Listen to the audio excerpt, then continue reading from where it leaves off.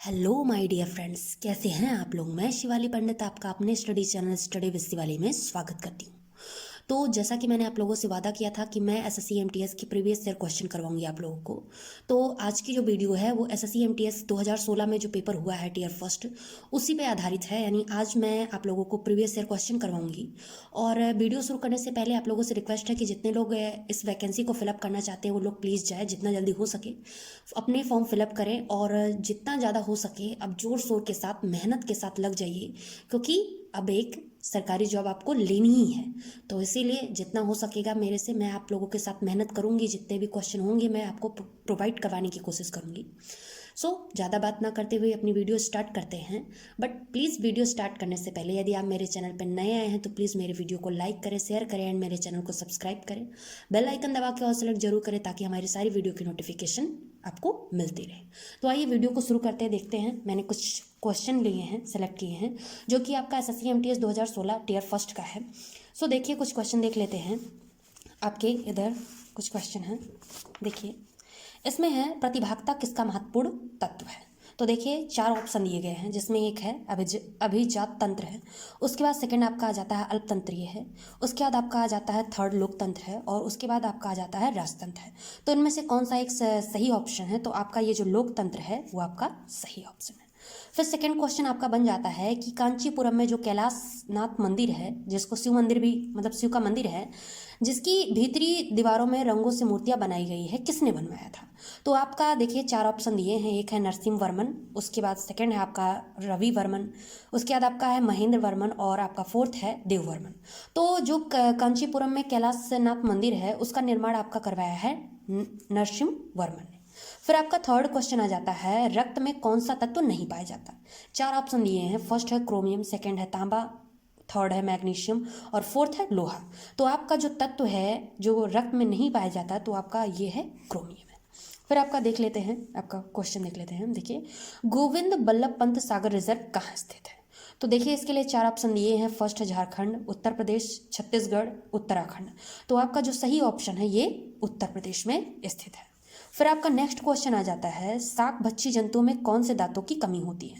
तो देखिए सबसे पहले देख लीजिए कि शाकभक्षी जंतुओं में केवल चबाने के लिए, यानी जो फाड़ने का काम होता है वो काफ़ी कम होता है। इसलिए जो रदनक होते हैं, देखिए कैनाइन जिसको बोला जाता है, जो रदनक दांत होते हैं खासकर मांस को चीरने फाड़ने के काम आते हैं, तो इनकी अनुपस्थिति बनी रहती है, यानी जो साग सब्जी खाते हैं उनके अंदर, या फिर कह सकते हैं जो शाकाहारी जंतु होते हैं। उसके बाद आपका आ जाता है नेक्स्ट क्वेश्चन है निम्नलिखित में से क्या गैर संविदा आय है। तो देखिए इसमें 4 ऑप्शन दिए हैं। एक है आपका लाभ है, उसके बाद ब्याज है, फिर आपका आ जाता है किराया और मजदूरी। तो इसमें जो सही ऑप्शन है वो आपका आ जाता है प्रॉफिट, यानी लाभ। फिर देखिए नेक्स्ट टाइप के क्वेश्चन देख लेते हैं। आपका देखिए इसमें एक क्वेश्चन पूछा है बायोगैस संयंत्र से निकली निम्नलिखित में से किस गैस का प्रयोग ईंधन गैस के रूप में किया जाता है। तो यहाँ आपके 4 ऑप्शन दिए हैं। First ethane, butane, propane, methane. तो आपकी जो बायोगैस के रूप में है ये है मेथेन, और मेथेन का एक उपनाम है मार्श गैस जिसको बोला जाता है, और जिसका जो सूत्र है वो CH4 है। तो ये इसका सूत्र है। फिर नेक्स्ट क्वेश्चन आ जाता है निम्नलिखित में से किस चोल राजा ने गंगई कौडान की पदवी स्वीकार की थी। 4 ऑप्शन है। एक है विजयालया, फिर है करिकला, उसके बाद है राजा राजा फर्स्ट, और आपका फोर्थ ऑप्शन है राजेंद्र प्रथम। तो ये जो गंगई कौडान की उपाधि है वो राजेंद्र प्रथम ने स्वीकार करी थी। उसके बाद आपका जाता है नेक्स्ट क्वेश्चन वोल्टेक्स सेकेंड किसकी यूनिट है। 4 ऑप्शन दिए हैं। एक है प्रेरकत्व, फिर सेकेंड है आपका प्रतिरोधिता, थर्ड है आपका संधारिता, और फोर्थ है आपका ऊर्जा। तो इसका जो सही ऑप्शन है वो आपका आ जाता है संधारिता। फिर उसके बाद नेक्स्ट क्वेश्चन है कॉकरोच का मलोत्सर्जन अंग क्या है, यानी किस अंग के द्वारा जो है वो अपना जो अपशिष्ट पदार्थ है वो बाहर निकालता है। तो देखिए ये आपका इसका करेक्ट ऑप्शन है मेलपीगी नलिकाओं द्वारा। फिर आपका आ जाता है नेक्स्ट क्वेश्चन फुटलेस टीम में कितने खिलाड़ी होते हैं। तो देखिए यहाँ पे ऑप्शन आपका है 8 है, 6 है, 5 है, 9। तो इसमें से जो करेक्ट ऑप्शन है वो 5 है। फिर देखिए आपका देखते हैं, नेक्स्ट देखते हैं। ये देखिए अब देखिए मोदी सरकार ने केंद्र में निम्नलिखित में से किस योजना के स्थान पर नीति आयोग का गठन किया था।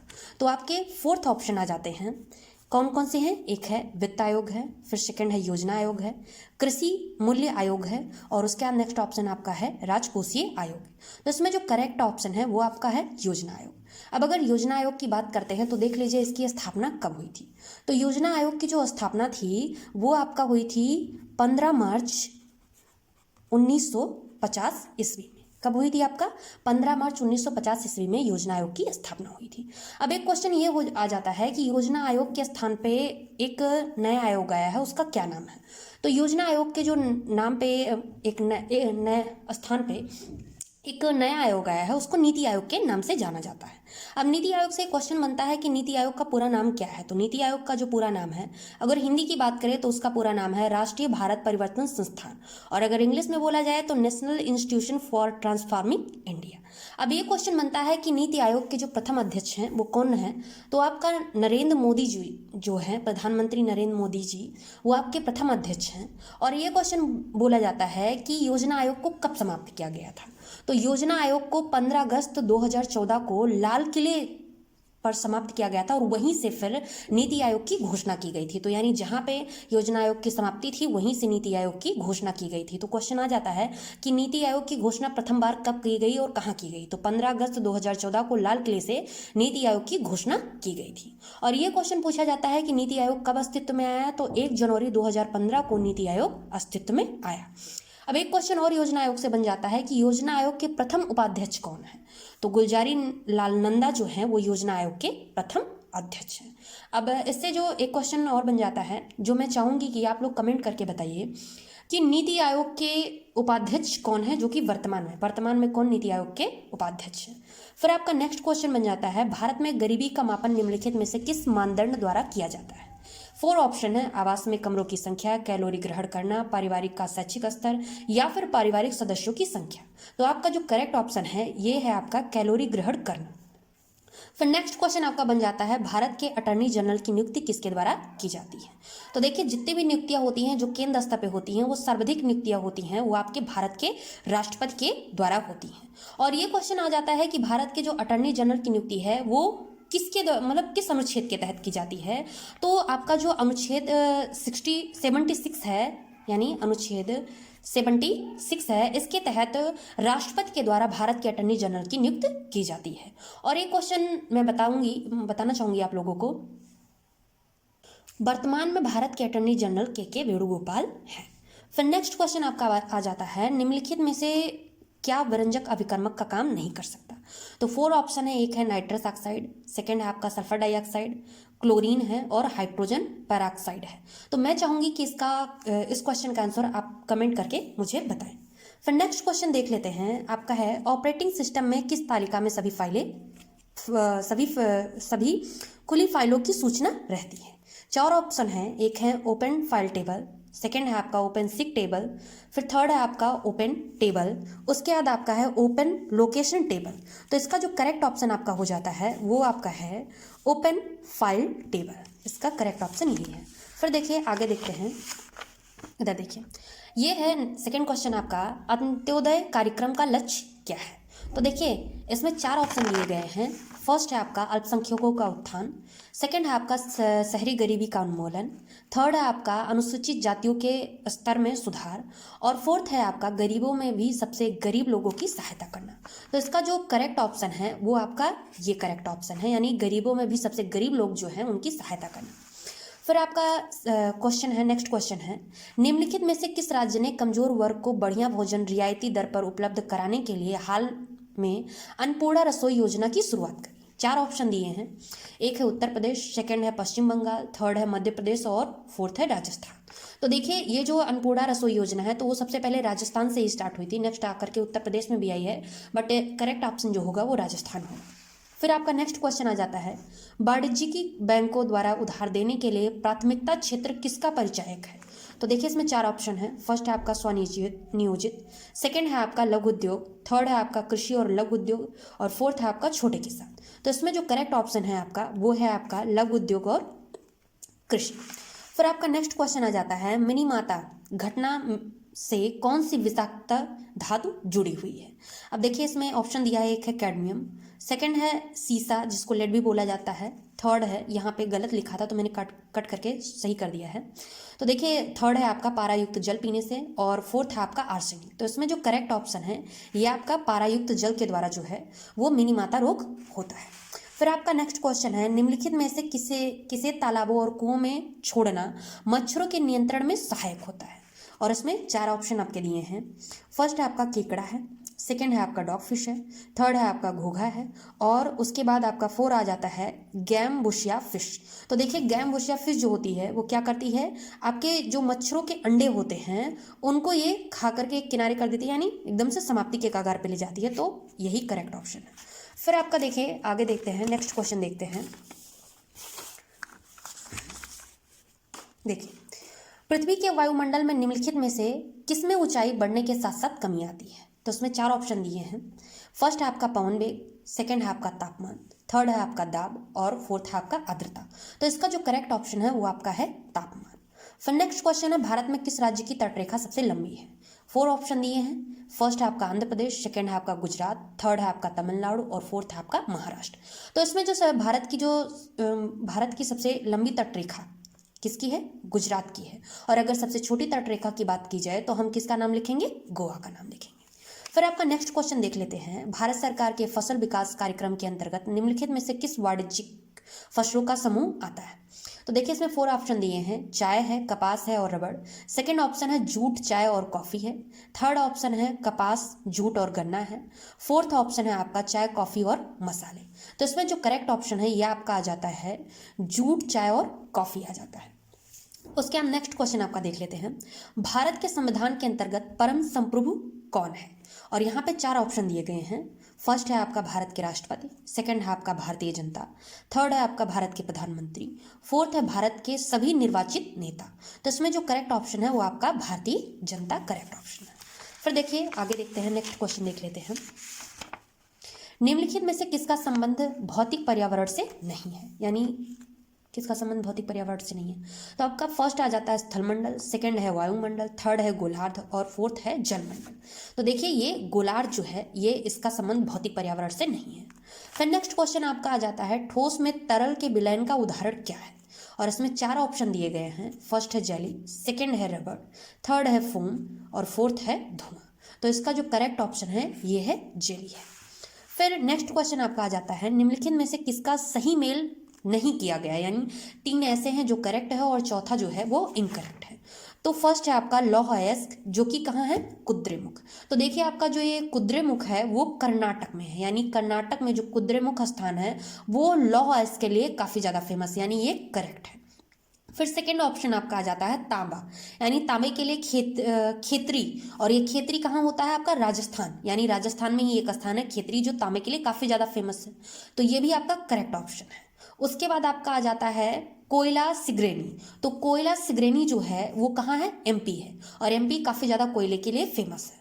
फिर चौथा आपका आ जाता है मैग्नीज कोरापुट। तो देखिए ये जो मैग्नीज है वो मतलब कोरापुट गलत है, यानी ये करेक्ट नहीं है, और ये कोरापुट जो है वो उड़ीसा में स्थित है। तो ये आपका ऑप्शन जो है वो गलत है। फिर नेक्स्ट आ जाता है, उस्ताद बिस्मिल्लाह खां कौन सा वाद्य यंत्र बजाते थे? 4 ऑप्शन दिया है।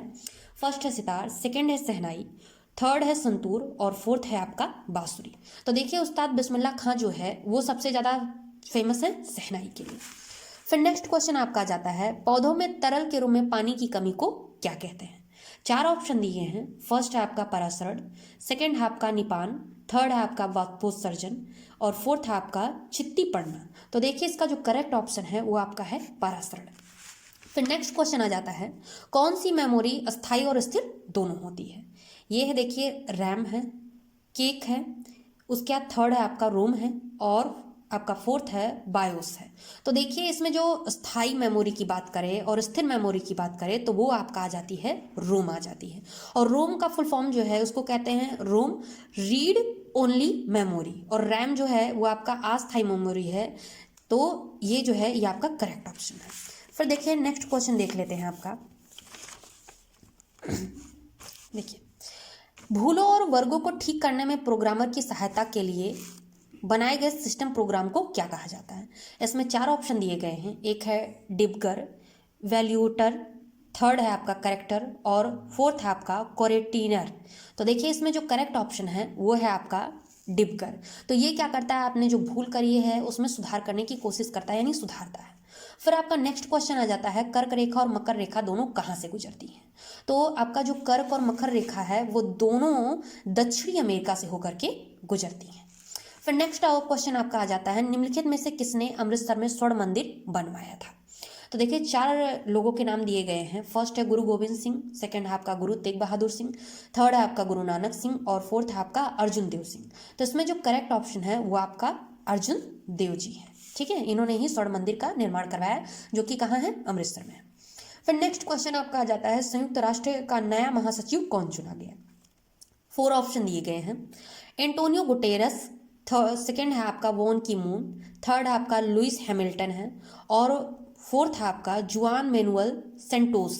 तो देखिए जो संयुक्त राष्ट्र का नया महासचिव बना है वो है आपका एंटोनियो गुटेरस। और अगर हम बात करें संयुक्त राष्ट्र की, तो इसकी स्थापना के बारे में देख लेते हैं। तो इसकी स्थापना जो हुई है वो कब हुई है, आपका 24 अक्टूबर 1945 ईस्वी को हुई है। और अगर ये पूछे कि वर्तमान में इसके कितने सदस्य देश हैं, तो वर्तमान में 193 देश ऐसे हैं जो इसके सदस्य हैं। और क्वेश्चन आ जाता है कि 193वां कौन सा देश है जो इसका सदस्य बना है हाल ही में। तो दक्षिणी सूडान जो है वो इसका 193वां सदस्य देश है। फिर ये क्वेश्चन पूछा जाता है कि देखिए इसमें तो वर्तमान का पूछा गया है, बट ये पूछा जाता है कि इसके फर्स्ट महासचिव कौन रहे हैं, यानी प्रथम महासचिव कौन रहे हैं।